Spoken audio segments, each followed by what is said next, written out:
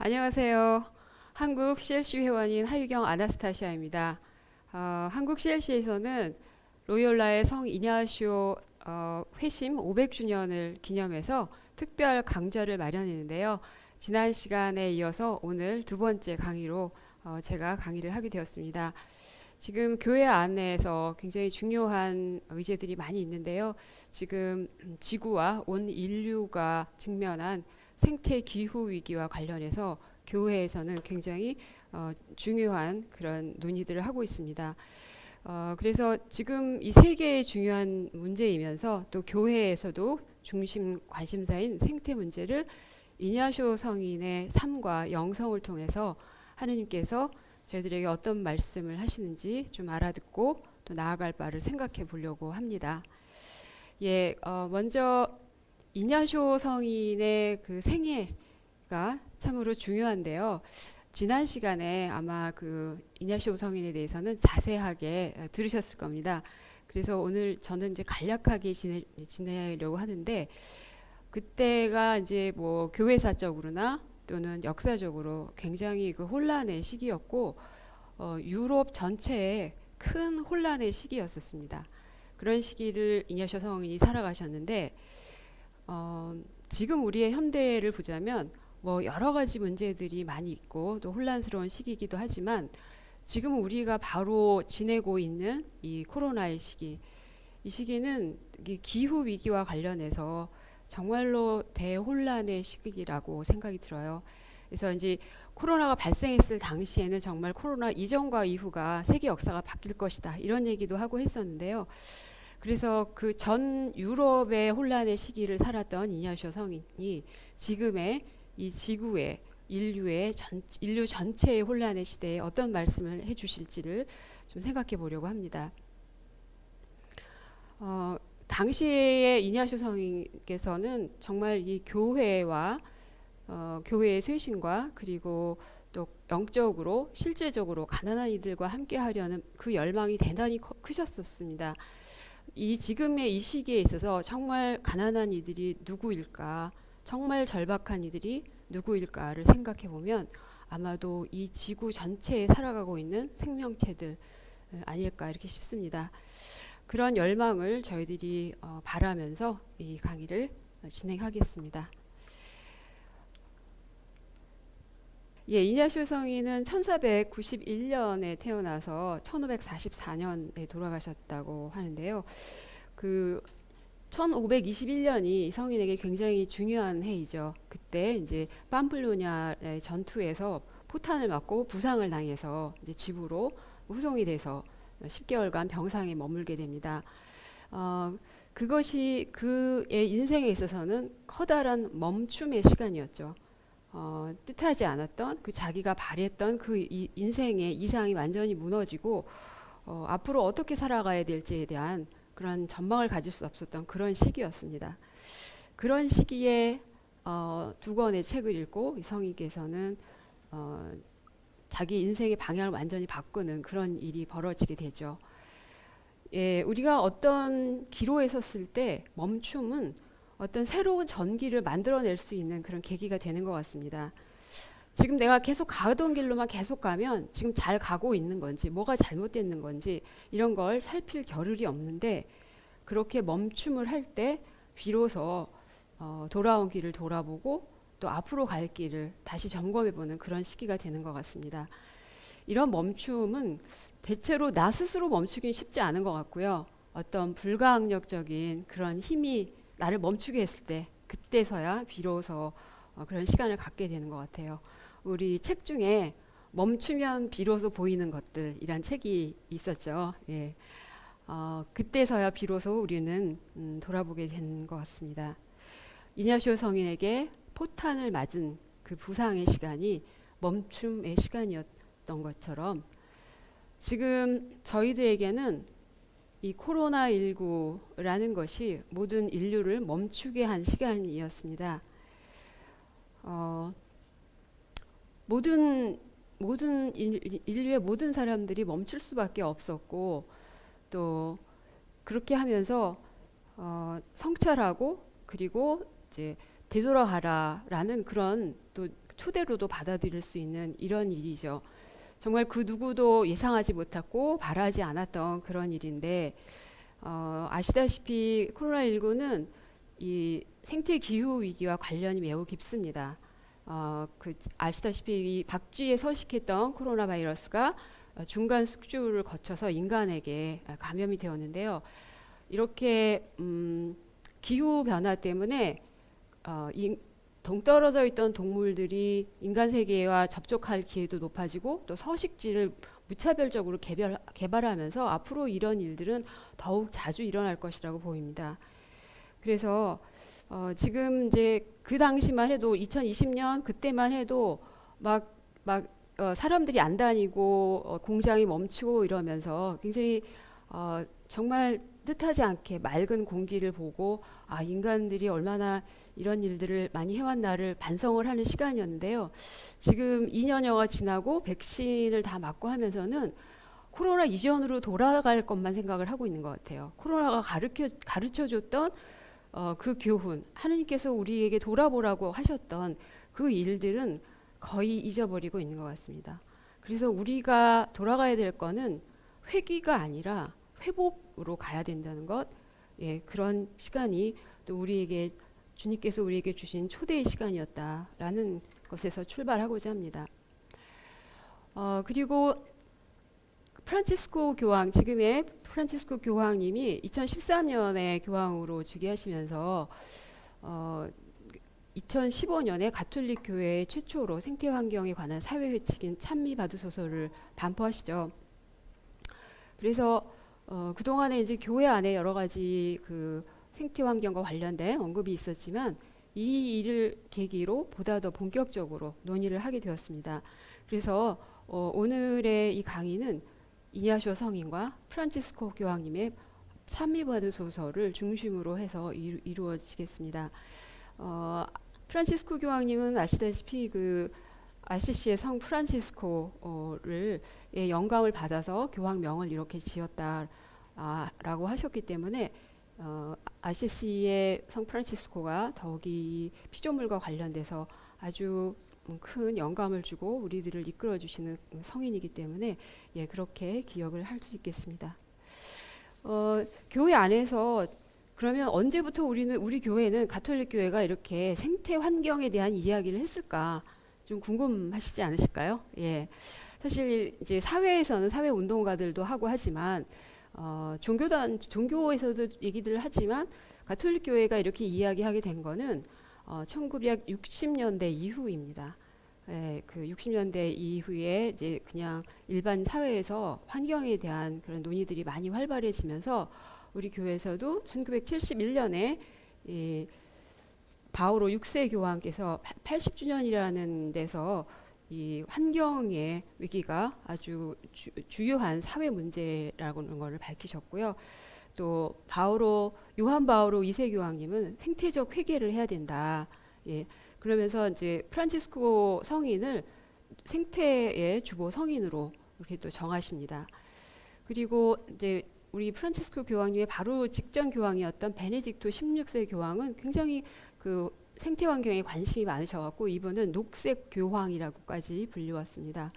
그리고 아시다시피 지금 프란치스코 교황님의 찬미 받으소서, 그 이후에 우리의 어머니인 지구, 사랑하는 아마존 이런 등등으로 계속 환경에 대한 생태에 대한 그런 주의를 기울이고 있습니다.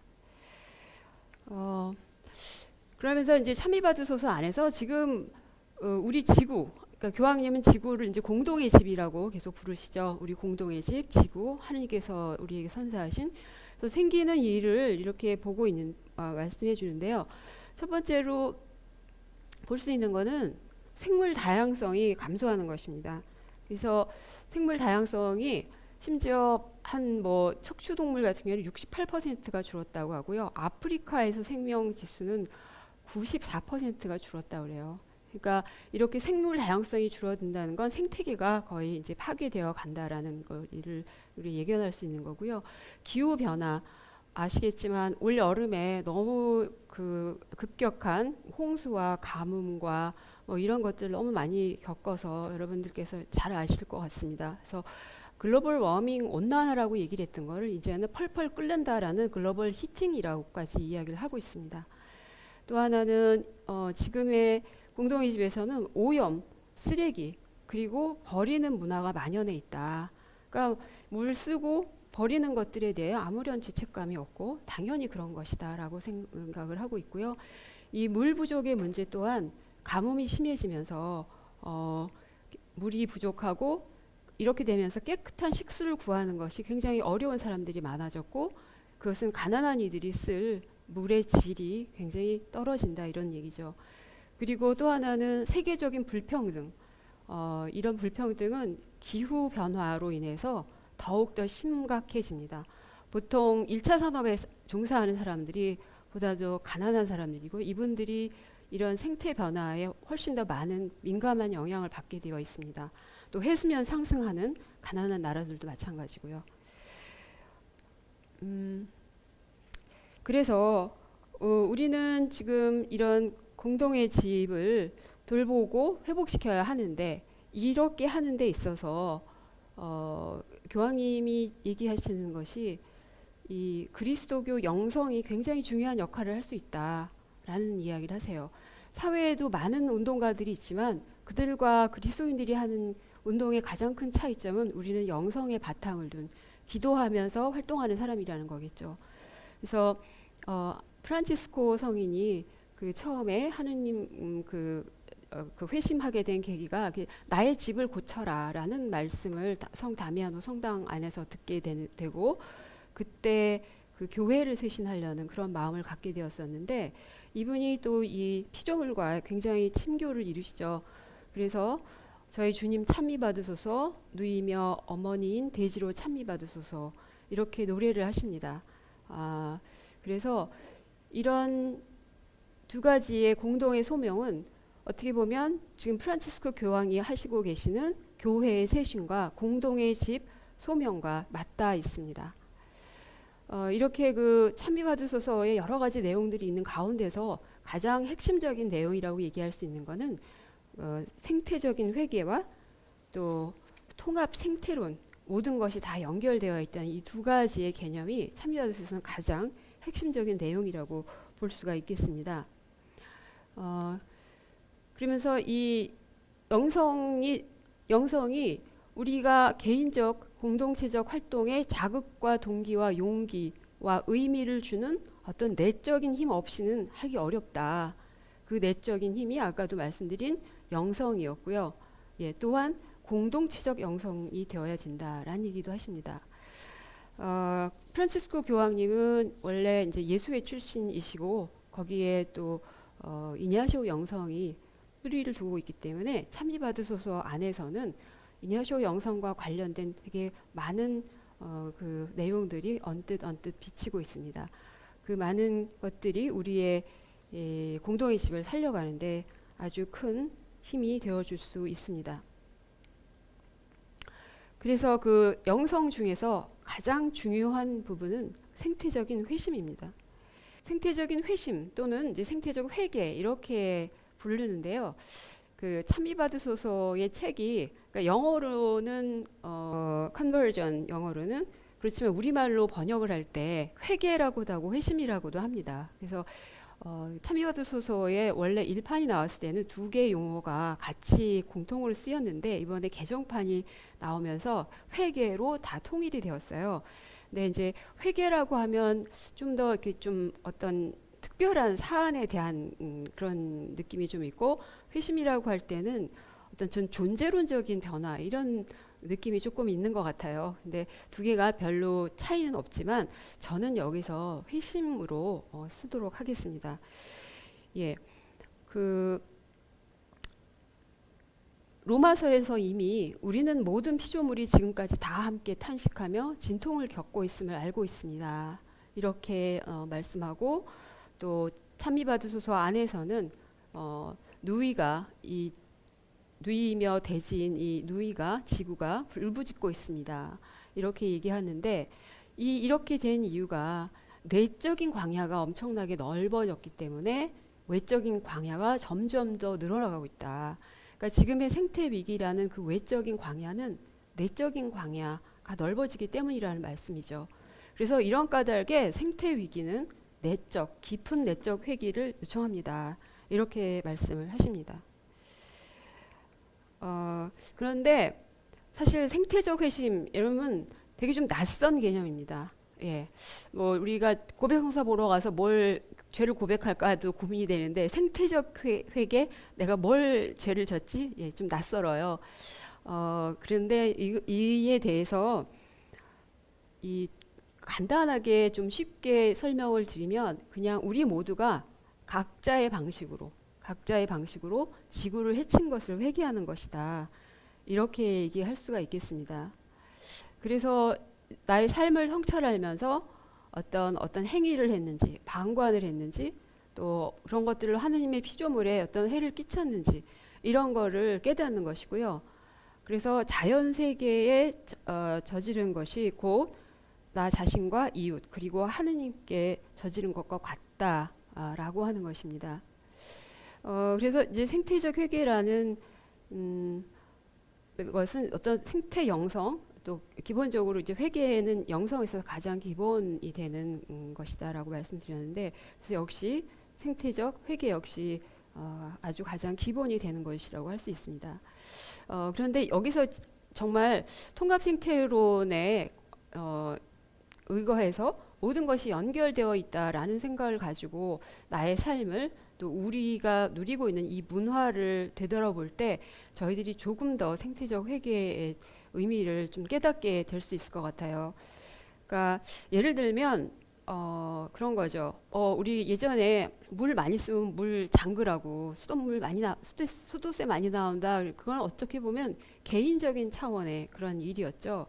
그리고 저 아프리카에 사막화가 되고 물이 없다고 하는데 내가 여기서 뭘 도와줄 수 있지? 내가 여기서 물을 잠근다고 저길 뭘 도와줄 수 있는 거지? 이런 생각들도 했었는데 내가 이렇게 물을 많이 쓴다는 건 물이 내가 쓸 수 있는 데까지 오는데 수많은 에너지를 사용하게 되죠.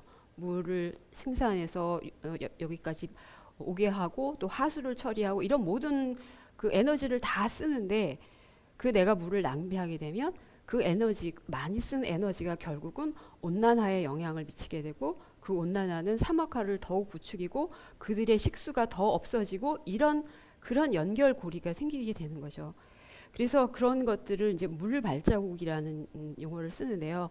예를 들면 청바지 하나를 만드는 데 드는 물 발자국은 4인 가족이 한 달 내내 쓰는 물의 양이라는 거예요. 근데 우리는 그 옷 같은 것도 그냥 사고 싶을 때 쉽게 사고 버리고 싶을 때 쉽게 버리고 이런 것들을 저희들이 회개할 때 성찰할 때 볼 수 있는 거예요. 탄소 발자국도 마찬가지입니다. 그래서 탄소 발자국에서 이제 소고기가 차지하는 탄소 발자국이 엄청나게 길다라는 거 마찬가지로 음식물 쓰레기 마찬가지죠. 그래서 그 교황님이 그런 얘기하죠. 음식물을 버리는 것은 다른 이의 식탁에서 내가 음식을 훔쳐오는 것과 같다. 예, 이런 것들을 저희들이 생각할 때 우리가 각자의 방식으로 지구를 해친 게 무엇인지 이렇게 돌아볼 수 있습니다. 이것은 어찌 보면 그 부자와 라자로의 이야기를 떠올리게 됩니다. 그 부자는 라자로가 그렇게 문 앞에서 구걸을 하고 있는 걸 알았지만 무관심하게 지나친 그 죄죠. 예, 저희들은 그 무관심, 자비를 베풀지 않는 것에 대하여 또 하느님께로부터 질문을 들을 수 있을 것입니다. 네. 그래서 이제 생태적인 죄라고 아까 이제 생태적 회개를 말씀드렸고요. 생태적인 죄라고 한다면 하나님과의 관계가 깨어진 것이고 하느님의 관계, 이웃과의 관계, 지구와의 관계가 깨진 것 이런 게 죄다. 그리고 이런 생태를 죄와 관련지은 게 아주 최근의 일이라는 거예요. 그래서 이 생태적인 죄가 뭔가라는 거를 하느님, 다른 사람들, 공동체 그리고 환경에 반하는 행동 또는 태만을 생태적 죄로 정하고 이를 천주교 교리에 넣도록 했습니다. 심지어 생태 학살이라는 말까지 이제 교황님이 하셨는데요. 이런 그 대기나 토지, 수자원의 대량 오염 생태계 파괴, 이런 생태학적 재앙을 일으킬 수 있어서 정말 불특정 다수에게 영향을 미칠 수 있는 이런 행동을 생태 학살이라고까지 정의를 했습니다. 그런데 이렇게 우리가 생태 회계를 하면서 회복을 하고 나갈 때 굉장히 중요한 내용이 있습니다. 이 생태 정의라는 게 있는데요. 생태 정의는 여기 보시다시피 평화와 정의 그리고 피조물 보호가 서로 철저하게 연결된 주제다, 이렇게 얘기하세요. 그래서 이런 생태의 문제는 어떤 개인이 혼자서 저지른 게 아니죠. 그래서 이 경제나 과학, 정치, 국제관계 이런 등에서 어떤 불평등과 부정의에 의해서 일어나기도 하고, 또는 너무나 지나친 인간 중심주의 이런 것들 때문에 일어나기 때문에 이런 것에 대해서 저희들이 돌아볼 줄 알아야 된다는 거예요. 그래서 나오는 이야기가 생태적 빚과 세대 간 생태 정의가 문제시가 됩니다. 그 생태적 빚은 이렇게 보면 이게 지금 아마존을 불태우는 모습이에요. 아마존을 불태우는 거. 그러니까 북반구가 이미 그 선진국들이 온난화 이런 문제를 일으키고 똑같은 책임을 남반구에 있는 나라들에게 지우는 거, 그런 빚을 지고 있다는 거예요. 북반구의 선진국들이. 그래서 브라질은 이렇게 태우면서 우리도 경제 개발하겠다 이런 거죠. 또 세대 간의 정의, 아시겠지만 툰베리입니다. 결석 투쟁을 하면서 이 어른들이 이 생태 위기를 극복해 줄 거를 요청을 했었고요. 정말 다음 세대들에게 우리들이 얼마나 많은 빚을 지고 있는가. 그리고 또한 도시에 살고 많은 에너지를 사용하는 사람들이 그렇지 않은 시골에서 그 에너지를 공급하기 위해서 희생해야 되는 사람들에게 빚을 지고 있다는 것인데요. 이분은 월성 원전에 수송탑 건설 반대를 했던 그 마을에 계신 분입니다. 사실은 이제 이분은 저의 생태적인 회심과 아주 굉장히 많이 관계가 되는데요. 제가 생태적 회계라는 거를 좀 깊게 느꼈던 계기는, 처음에는 그냥 찬미받으 소서를 읽고 교육을 통해서 이렇구나라고 깨달았었다면, 제가 좀 깊은 내적 회계까지 느끼게 되었던 계기는 그 탈핵 영화제의 여러 가지 다큐멘터리 영화들을 보면서였어요. 그래서 그 일본의 후쿠시마 원전의 피해자들의 영상도 보고, 그다음에 이 월성에 있는 그 할매들의 투쟁을 그린 다큐였는데요. 얼마나 그 힘없고 소수인 그리고 나이 드신 분들, 이런 분들의 희생을 통해서 나는 이렇게 편안하게 살고 있는가. 세상의 약자들이 다른 사람들의 그 이익과 편리함을 위해서 희생하고 있다라는 거, 그리고 그런 것에 대해서 내가 얼마나 무지하고 무관심하고, 또 그냥 저 할머니들 너무 좀 세다, 뭐 이런 그 비판적인 그런 사고를 했었고, 그 타인에 대한 연민이 없었던 거에 대해서 정말로 죄스럽고 미안함을 느꼈었습니다. 그래서 이 깊은 그 회개는 이런 생태 정의와 관련돼서도 일어나는 것 같고요. 정말 이 인류를 편리하고 위생적으로 만들어준, 살 수 있도록 만들어준 과학과 기술이 발달이 어디까지 허용될 수 있는가는 늘 질문의 대상인 것 같습니다. 그래서 그리스도인들은 하느님 안에서 성찰하고 식별하고 선택해야 합니다.